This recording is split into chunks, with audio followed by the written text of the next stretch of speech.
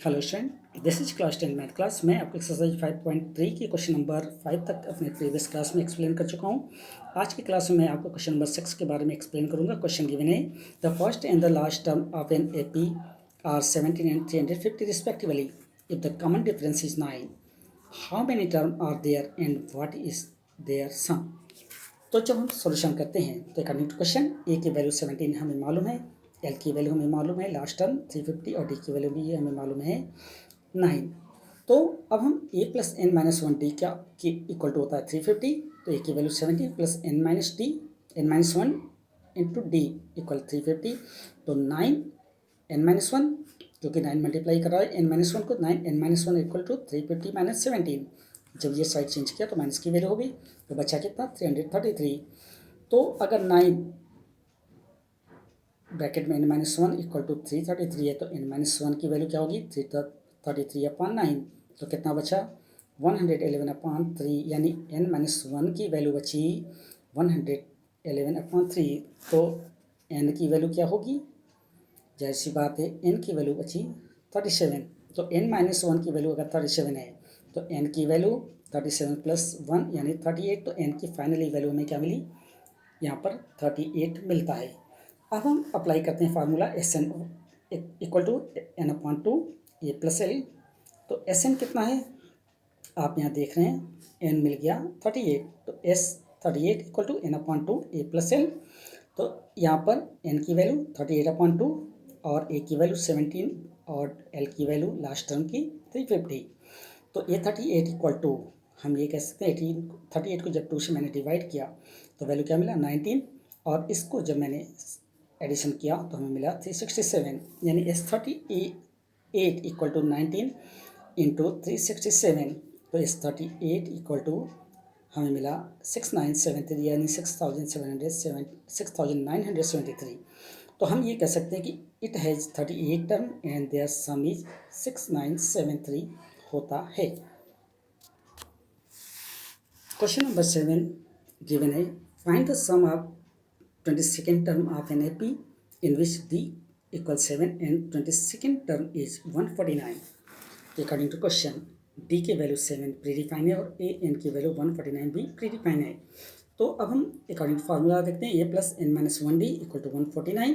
तो A plus कितना term 22 term था, 22 minus one into 7 equal to 149। तो हम ये कह सकते हैं कि ए प्लस 21 इंटू 7 यानी 22 माइनस वन किया 21 इंटू 7 इक्वल टू 149। तो ए की वैल्यू 149 माइनस 147 तो हो गया 2, यानी ए की वैल्यू क्या मिली, ए की वैल्यू यहाँ पर हमको मिलती है 2। अब हम आते हैं एस एन के फार्मूला पर। तो S N equal to N upon 2 और ब्रैकेट के अंदर हम लेते हैं 2a plus N minus one D. तो एस 22 टर्म हमें देखना है, तो एन की जगह 22 इक्वल 22/2 और 2a, क्योंकि a की वैल्यू 2 थी इसलिए 2 से मल्टीप्लाई किया तो हो गया 4, और n की वैल्यू 22 माइनस 1 और d की वैल्यू 7। तो एस 22 इक्वल टू यहाँ डिवाइड करने के बाद बचा 11, फिर ब्रैकेट के अंदर 4 प्लस 21 यहाँ से और इंटू 7। तो एस 22 इक्वल टू बचा 11 और यहाँ पर 21 11 और ब्रैकेट के अंदर 4 प्लस 21 7 जा 147, यानी 151 यहाँ पर आता है। तो एस 22 की वैल्यू हो गई 11 इंटू 151, यानी कितना मिला 1661।